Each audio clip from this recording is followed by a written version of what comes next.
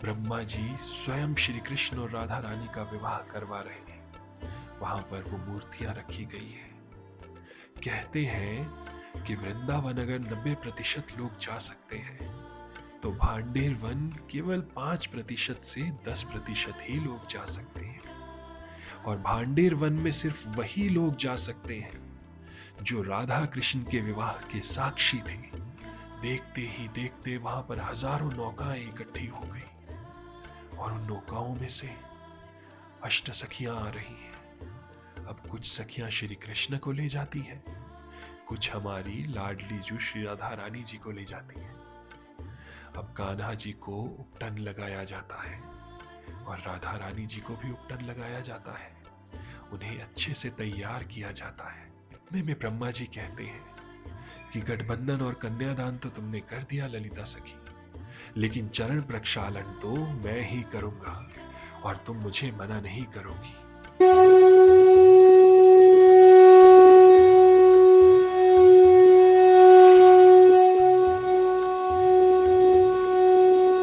श्री कृष्ण जी चल पड़े राधा रानी के साथ। अब राधा रानी जी उनसे प्रेम पूर्वक भाव से कहती है, बाबा ने क्या कहा है कि मेरा हाथ पकड़ कर रखो, तो मेरा हाथ पकड़ कर रखो।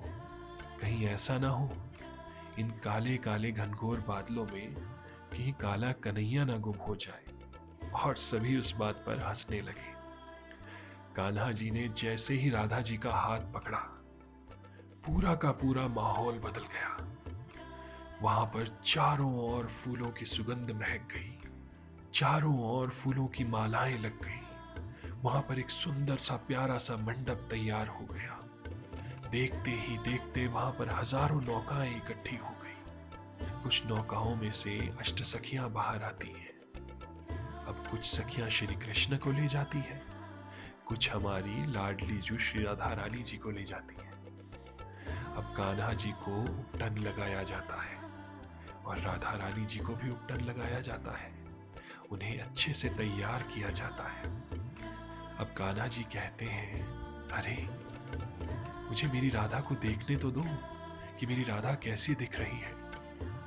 दूसरी ओर सखियां राधा रानी जी को नीले वस्त्रों में तैयार करती है। राधा रानी जी का प्रिय रंग है नीला रंग, क्योंकि उनके कान्हा जी भी नीले थे। इसीलिए आज राधा रानी जी ने नीले रंग का जोड़ा पहना है।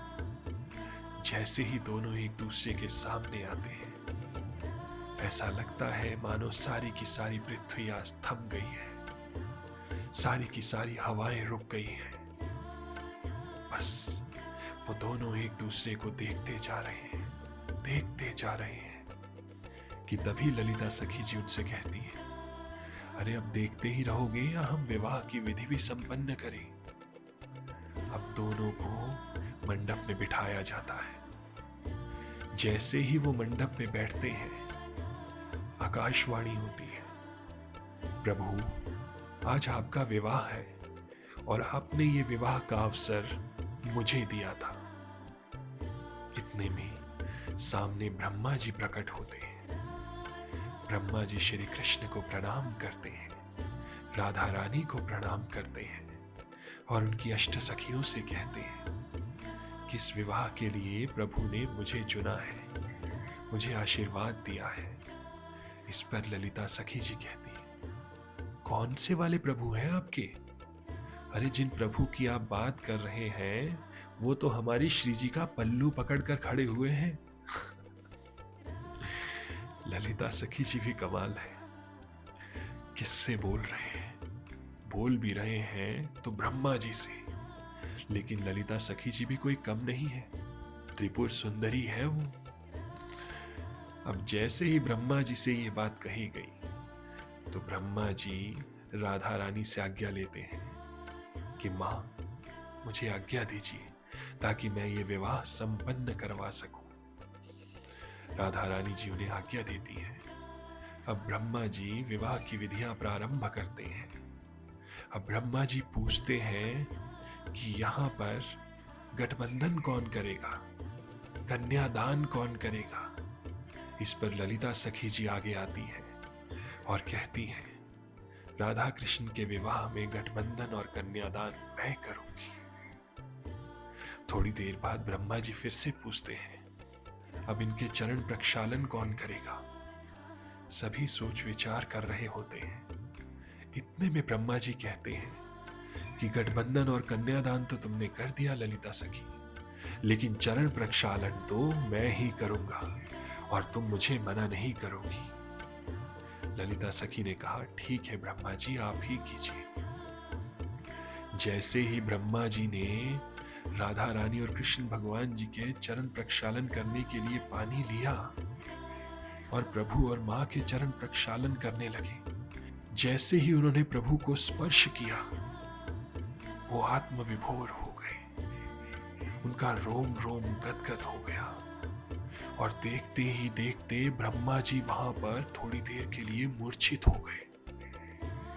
जब ललिता सखी ने यह देखा तो ललिता सखी वहां पर आई और उन्होंने ब्रह्मा जी के कान में कहा, ब्रह्मा जी ये क्या हुआ? ये तो प्रेम की पराकाष्ठा नहीं है। प्रेम में तो सब कुछ प्रियतम के लिए किया जाता है, लेकिन आप जो कर रहे हैं ये तो आपके अपने सुख के लिए है। अरे प्रेम में तो प्रियतम का सुख देखना चाहिए, और हमारे प्रिया प्रियतम का सुख ये है कि वो विवाह करना चाहते हैं, लेकिन यहां तो आप चरण प्रक्षालन कर कर खुद ही मूर्छित हो गए हैं। मैं जानती हूं कि आप प्रभु के चरण कमलों का आनंद ले रहे हैं, लेकिन अभी ये उचित समय नहीं है।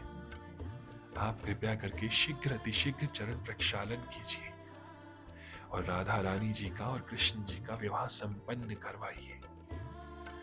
ये सुनकर ब्रह्मा जी अब तेजी से विवाह करना प्रारंभ करते हैं और उन्हें पता ही नहीं चलता है कि कुछ क्षणों में विवाह संपन्न हो जाता है और राधा रानी जी और कृष्ण भगवान जी दोनों एक दूसरे को गले लगा लेते हैं।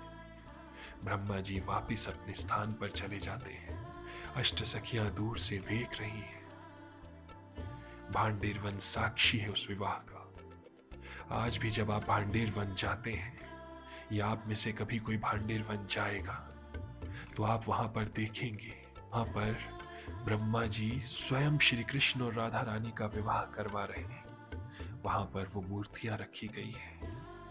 कहते हैं कि वृंदावन अगर 90% लोग जा सकते हैं तो भांडेर वन केवल 5% से 10% ही लोग जा सकते हैं।